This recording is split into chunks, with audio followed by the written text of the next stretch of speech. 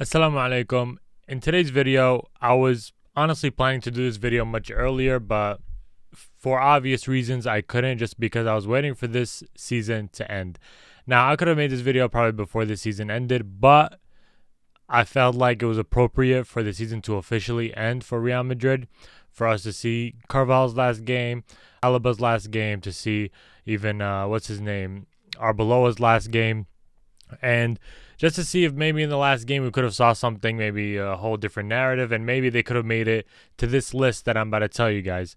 Now, for this video, as you guys can tell by the title, obviously, I did want to give you guys my personal, so you guys might disagree, but this is my personal top 3 worst and top 3 best moments in Real Madrid this season.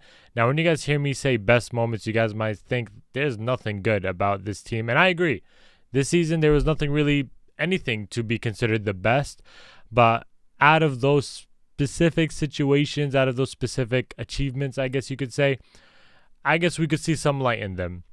Now, what do I start with? The good? Do I start with the bad? I think it's best for me to give you the good news because, when you give somebody the news, you would obviously start off with the good news before you give the bad news. So I did want to give you guys my top 3 best moments in Real Madrid, starting off with the most obvious one, and I think this is the one that shocked a lot of us up. It was our performance right here against Manchester City in the Champions League. I don't think we all expected that. I don't think any of us expected the Real Madrid to dominate Manchester City. I mean, even though we did have a good history against them, and even though it's pretty even, so it's not one-sided, the way our season was going, the way, I'm going to mention another moment before this moment, the way Xabi Alonso got sacked, and then we had Arbeloa who was leading this team, there was just a lot of signs of us, you could say, not winning this game. There was a lot of signs that showed that we were not winning this game, and the fact that this made it to my list tells you a lot because of the fact that we didn't just win this game, right? We dominated this game. I mean, in the first leg, it was 3-0, and we were home. In the second leg, we still managed to win, which was 2-1. And even though they did score on us, the aggregate score was 5-1, and it's against a team like Manchester City, where, yes, they were a little in the middle, but they did beat us the first time around before we did face them in the, round of 16. So they just beat us recently, and it was under Xabi Alonso as well, and now it's pretty... I don't know. I would say it's pretty shocking that we managed to beat them the second time around and the third time around. And, I guess I'll squeeze this in as well. We had Valverde scoring a hat-trick against Manchester City, which was phenomenal. I mean, if I remember correctly, it was only him that scored all the goals, right? Or am I wrong? Yep, it was Valverde. Valverde scoring the hat trick, and then in the second leg we had Vinícius Jr. who did score and then did that celebration. And you guys know that the whole Rodri and the Ballon d'Or thing, so it never left Vinícius Jr. mind. But this shocked all of us up. This shocked me up, honestly. I couldn't really believe that we beat a team like that. And to be fair, we did think that this was kind of going to be one of those seasons where Real Madrid is going to have a magical run in the UCL. We did see that it was Arbeloa's one of his first couple of games where he is going up against Pep Guardiola, and you guys can tell, I mean, you guys already know Pep Guardiola, probably one of the greatest managers of all time, and it was Arbeloa who was coming up from the Casillas team and really barely had any experience with the first team, so even though he did play in the past, I don't think it was anything comparable to Pep Guardiola. So the fact that he managed to beat Pep Guardiola, and not just beat him and squeeze through to the next round. He beat him, and in a dominant fashion. And maybe it wasn't just Arbeloa, because it was Valverde who obviously scored those 3 goals in the first leg that gave us this huge gap and huge margin, and also the confidence as well to move on to the next game. So, in my opinion, this is one of the first and the best moments of Real Madrid's season so far. But for the next one, I wanted to bring this up with the way Vinícius Jr. handled this moment in his career. I mean, this is not the first time and probably won't be the last time he is going to experience this. But the way this kind of brought the team together, the way this whole moment brought the football world together to stand up against racism, I think is one of the best moments as well in Real Madrid, even though we didn't have the best game in terms of them beating us in that first time around, where we had them, they were going to get knocked down and then they beat us, especially with the way the goalie scored on us. I don't even want to remember that. But, the way that Vinicius handled it, and not even that, especially when we versed him in the second leg where Vinicius did score the winner and he, did that celebration as well. And then, Cristiano came up to him and said those things. Apparently they weren't the racism comments, but there was no way to prove it.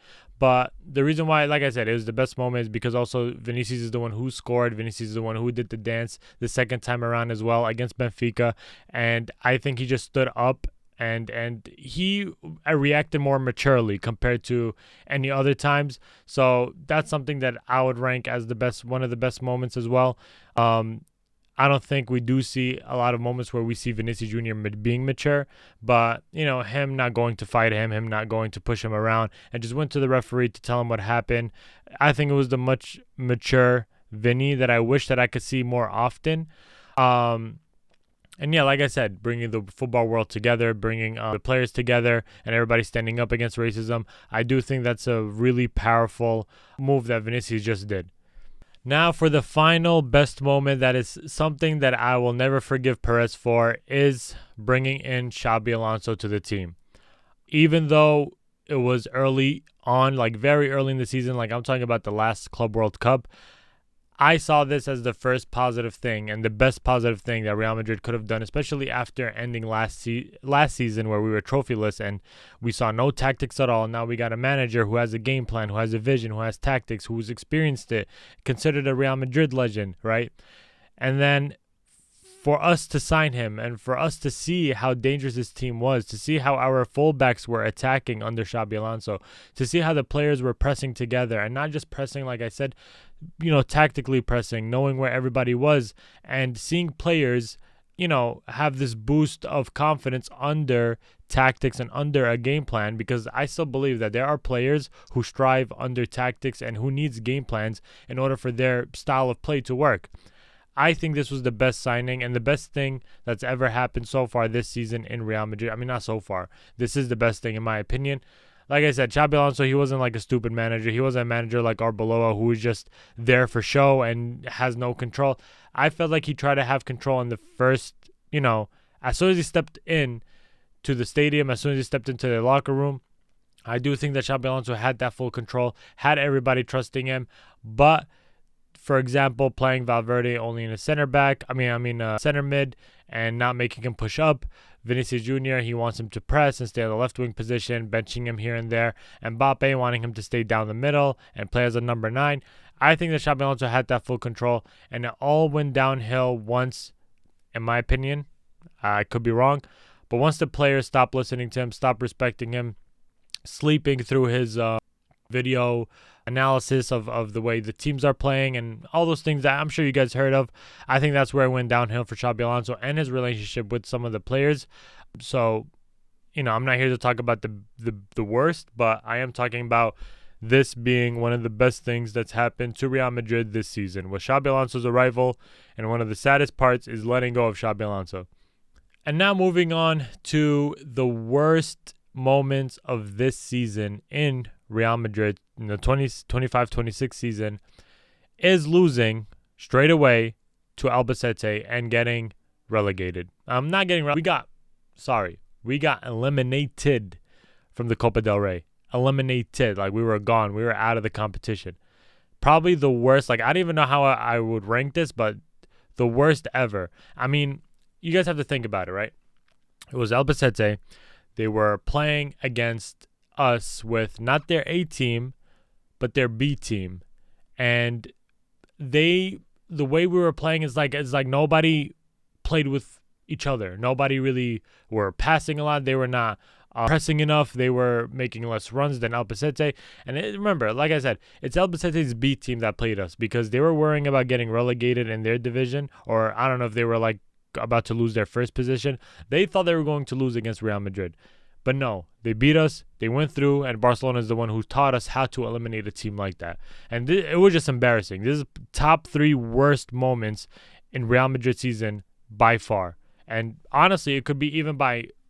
You guys can also include this in last seasons as well. Now, going to the second worst moment of this season, and I mentioned this in the one of the best, is letting go of Xabi Alonso and letting go of, and not even trusting him as well. Letting him go is one thing, and not trusting him is another thing. I think that, like I said, I could be wrong, but it's just the way the image is painted for me just so clearly. Like I said, I think that Xabi Alonso had too much control, and the players didn't like it. The players didn't like being under the strict tactic, the strict vision that Xabi Alonso had. What did they do? Some of them went to probably Perez and said, hey, I'm not happy with him. I'm not happy with his tactics, whatever. He's benching me. He's not giving me my minutes, yada, yada, yada. And then I think Perez spoke to Xabi Alonso. Don't touch this player. Don't touch that player. Let them play their minutes. They could do what they want. And then Xabi Alonso ended up, lost control. Didn't have full control of the locker room.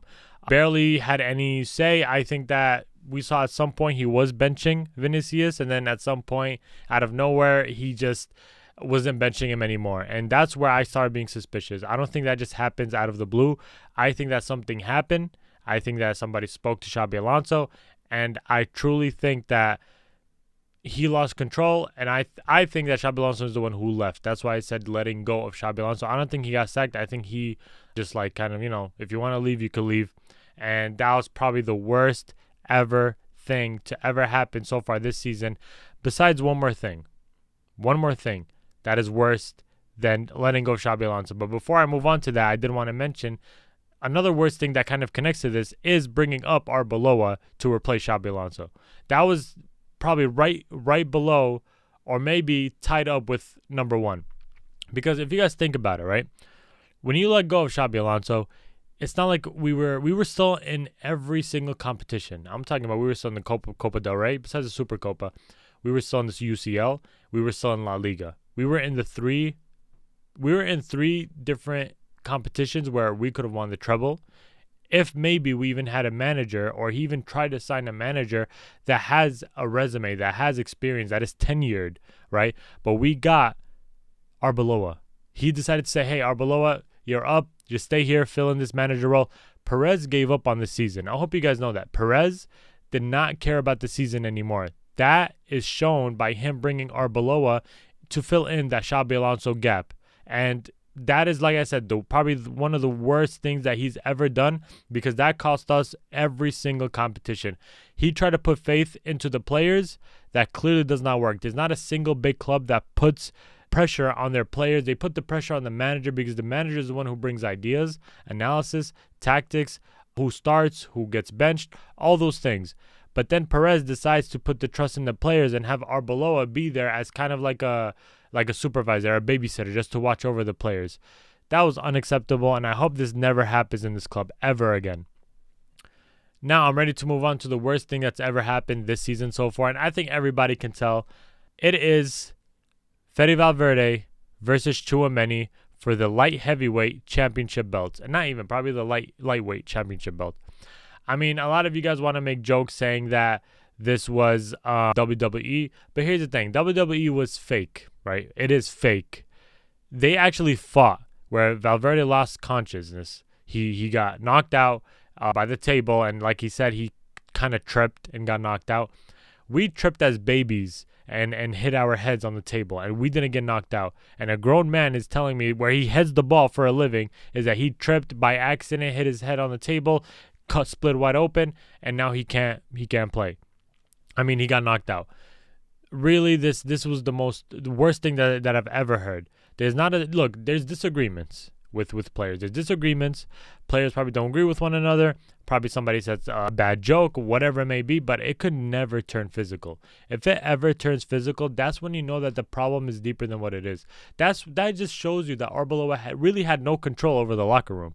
You guys might think that just because they're playing on the pitch, they look happy, they're scoring, they're tactic free, right? They have no game plan, that they look happy. That's not the case. That just shows you why it's important to have a manager who experienced these things.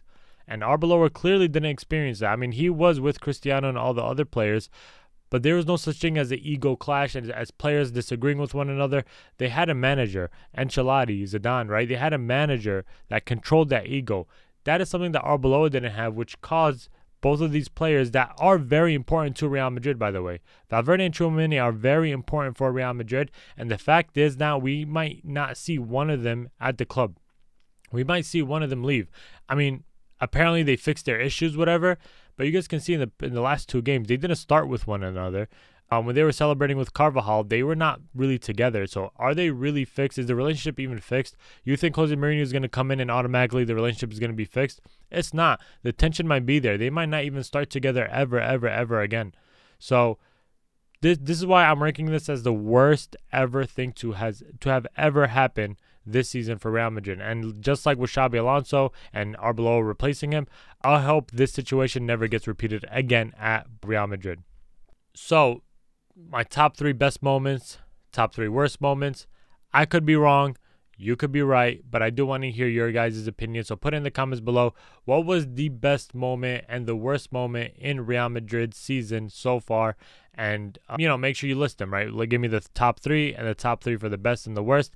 And maybe we have similarities, but I do think that maybe we could have changed a couple of things, but it is pretty hard because we had a lot of lists of the bad things and maybe a couple that was good, but really it was hard for me to pick one of the best. It was hard. But put in the comments below. Thank you all for those who watch, like, comment, and subscribe, and also share some of my videos. I really do appreciate it. And thank you for those who are following me on all social media platforms. If you guys are not followed, make sure you do. It's at Real Roots on every single platform. And make sure that you do subscribe. We're trying to hit 400 subscribers and then go up to 500. Thank you very much. And until then, Salam Alaikum.